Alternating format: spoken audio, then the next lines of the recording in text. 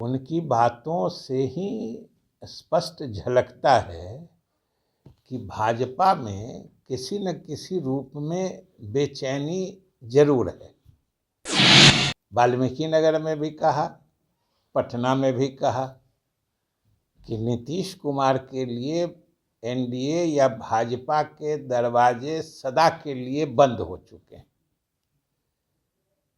तो हमें ये नहीं समझ में आ रहा था कि उनको ये बात बार बार कहने की आवश्यकता क्यों पड़ रही है कि नीतीश कुमार कोई एनडीए में अपने दाखिले का आवेदन लेके भाजपा के दरवाजे पर तो नहीं खड़े हैं। फिर इस तरह के बयान का क्या अर्थ होता है कि कब सत्ता सौंपेंगे, इसकी भी हड़बड़ी है उनको, और लालू जी को धोखा देंगे ये भी पहले से उनको जानकारी है। नमस्कार, आप देख रहे हैं बिहार इन शॉर्ट्स। मैं हूं आपके साथ रोहित। आपको बता दें कि केंद्रीय गृह मंत्री अमित शाह कल वाल्मीकि नगर में और बापू सभागार में जनसभा को संबोधित करते हुए वो बार बार इस बात का जिक्र कर रहे थे कि मुख्यमंत्री नीतीश कुमार के लिए अब बीजेपी का दरवाज़ा जो है वो अब बंद हो चुका है। अब अमित शाह के बयानों के बाद जो सियासत है वो काफ़ी तेज हो गई है। और वहीं आपको बता दें कि अमित शाह के बयानों पर पलटवार करते हुए बिहार सरकार के वित्त मंत्री विजय चौधरी ने बीजेपी पर और अमित शाह पर जमकर निशाना साधा और साफ साफ कहा है कि आखिर बीजेपी के लोग इतना हताश क्यों है, वो बार बार इस बात का जिक्र क्यों कर रहा है। आखिर मुख्यमंत्री नीतीश कुमार कब उनसे बोल दिए कि हम बीजेपी में जाएंगे कि वो बार बार इस बात का जिक्र कर रहे हैं कि अब दरवाज़ा बंद हो चुका है। और भी क्या कुछ कह रहे थे विजय चौधरी, आप देखिए इस वीडियो में। कल यानी शनिवार को गृह मंत्री अमित शाह जी बिहार के दौरे पर थे और उन्होंने वाल्मीकि नगर में और पटने में भी अलग अलग कार्यक्रम किया और उन्होंने जो बातें कही उससे कुछ अलग ही किस्म का मतलब अर्थ निकलता है।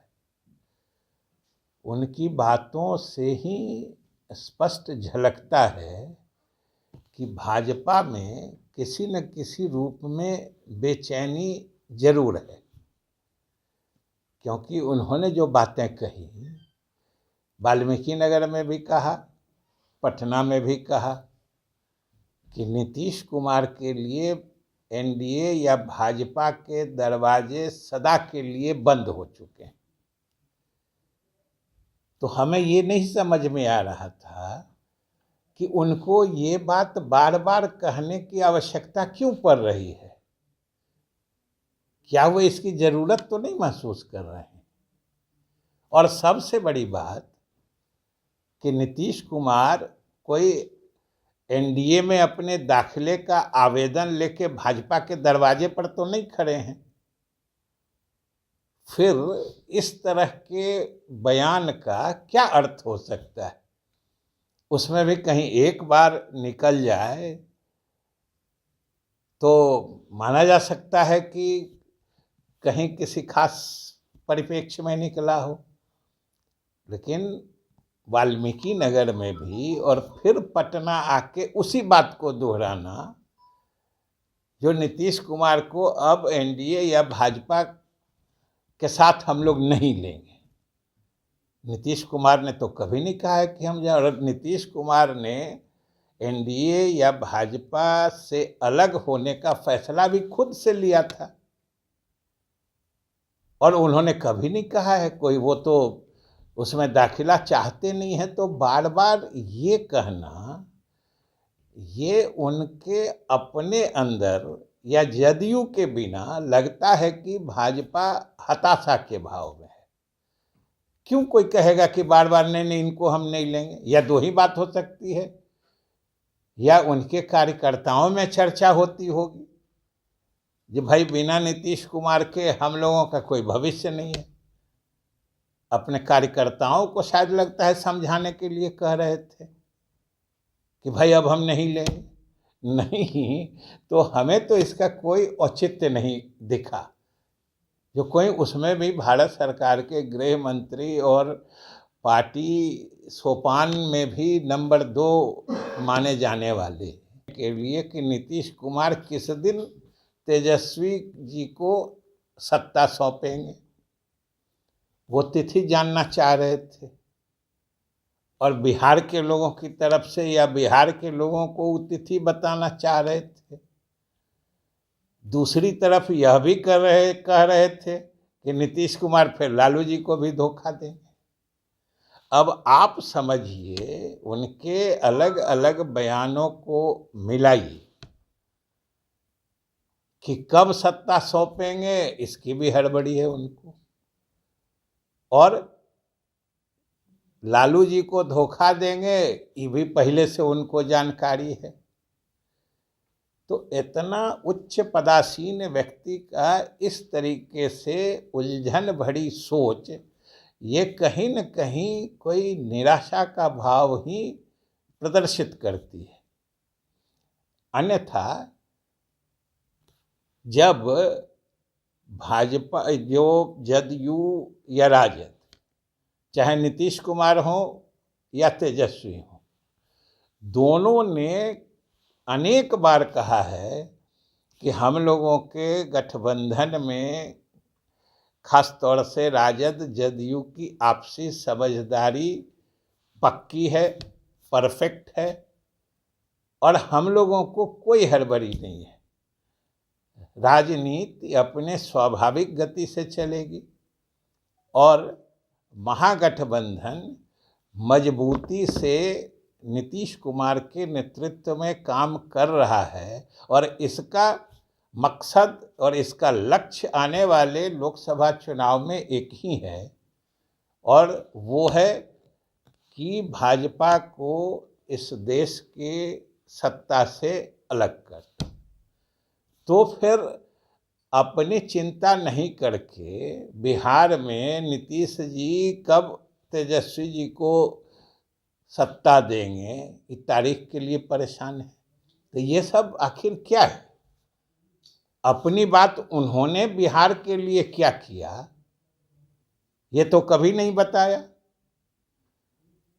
जो बिहार को मदद करने की योजनाएं पहले से चली आ रही थी, उन सब में केंद्र की हिस्सेदारी, भागीदारी या मदद, उसको लगातार घटा के बिहार राज्य के अपने वित्तीय संसाधन पर दबाव बढ़ाते जा रहे हैं, इसकी तो चर्चा उन्होंने नहीं की।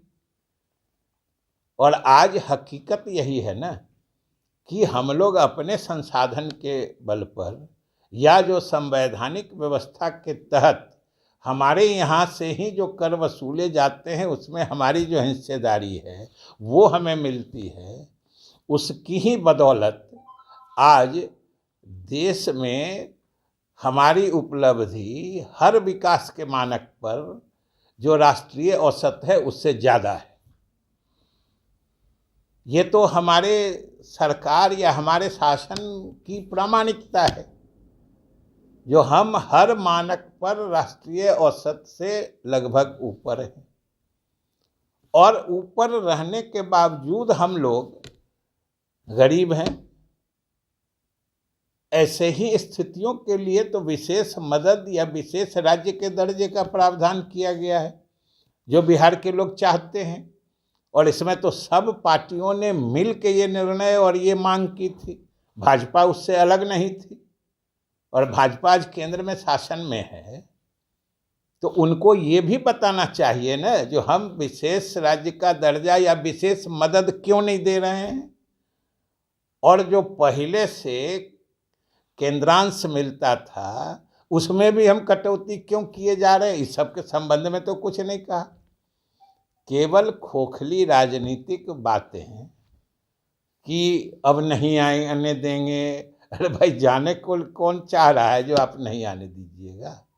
तो इसलिए हमें जो एक चीज़ स्पष्ट दिखा या लगा वो यही है कि कहीं से न कहीं से पूरे भाजपा में बेचैनी है, और सब लोग माने अकबकाहट में है क्योंकि इस तरह की भाषा, उटपटांग भाषा जिसका कोई अर्थ नहीं हो, ये लोग उसी समय बोलते हैं जब नैराश्य भाव में होते हैं।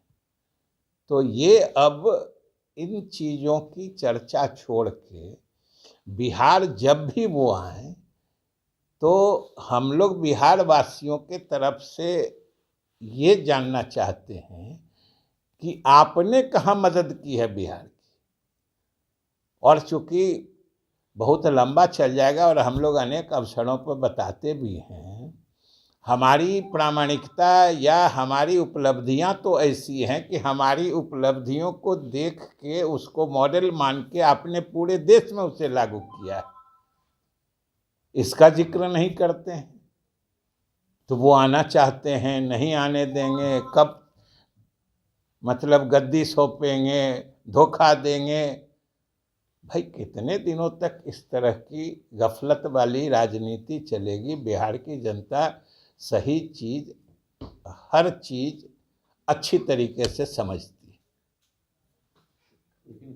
तभी हमने देखा जो बिहार सरकार में वित्त मंत्री है विजय चौधरी, उन्होंने अमित शाह के बयानों पर पलटवार करते हुए साफ साफ कहा है कि आखिर अमित शाह या बीजेपी के लोग इतना हताश क्यों है। वो बार बार इस बात का क्यों जिक्र कर रहे हैं कि बीजेपी का दरवाज़ा बंद हो चुका है। आखिर मुख्यमंत्री नीतीश कुमार ने तो कभी नहीं कहा है कि वो बीजेपी में जाएंगे, और ना ही वो बीजेपी के दरवाजे पर एप्लीकेशन लेकर खड़े हैं कि वो बीजेपी में जाएंगे। तो फिर आखिर इस बात का वो बार बार जिक्र क्यों कर रहे हैं? इससे स्पष्ट होता है कि बीजेपी के लोग पूरी तरीके से हताश हो चुके हैं और जदयू के बिना उनका कोई अस्तित्व नहीं है। और भी क्या कुछ कह रहे थे विजय चौधरी, आपने इस वीडियो में देखा। बस इसी तरह की तमाम खबरों के साथ आप मेरे साथ जुड़े रहे। तब तक के लिए धन्यवाद।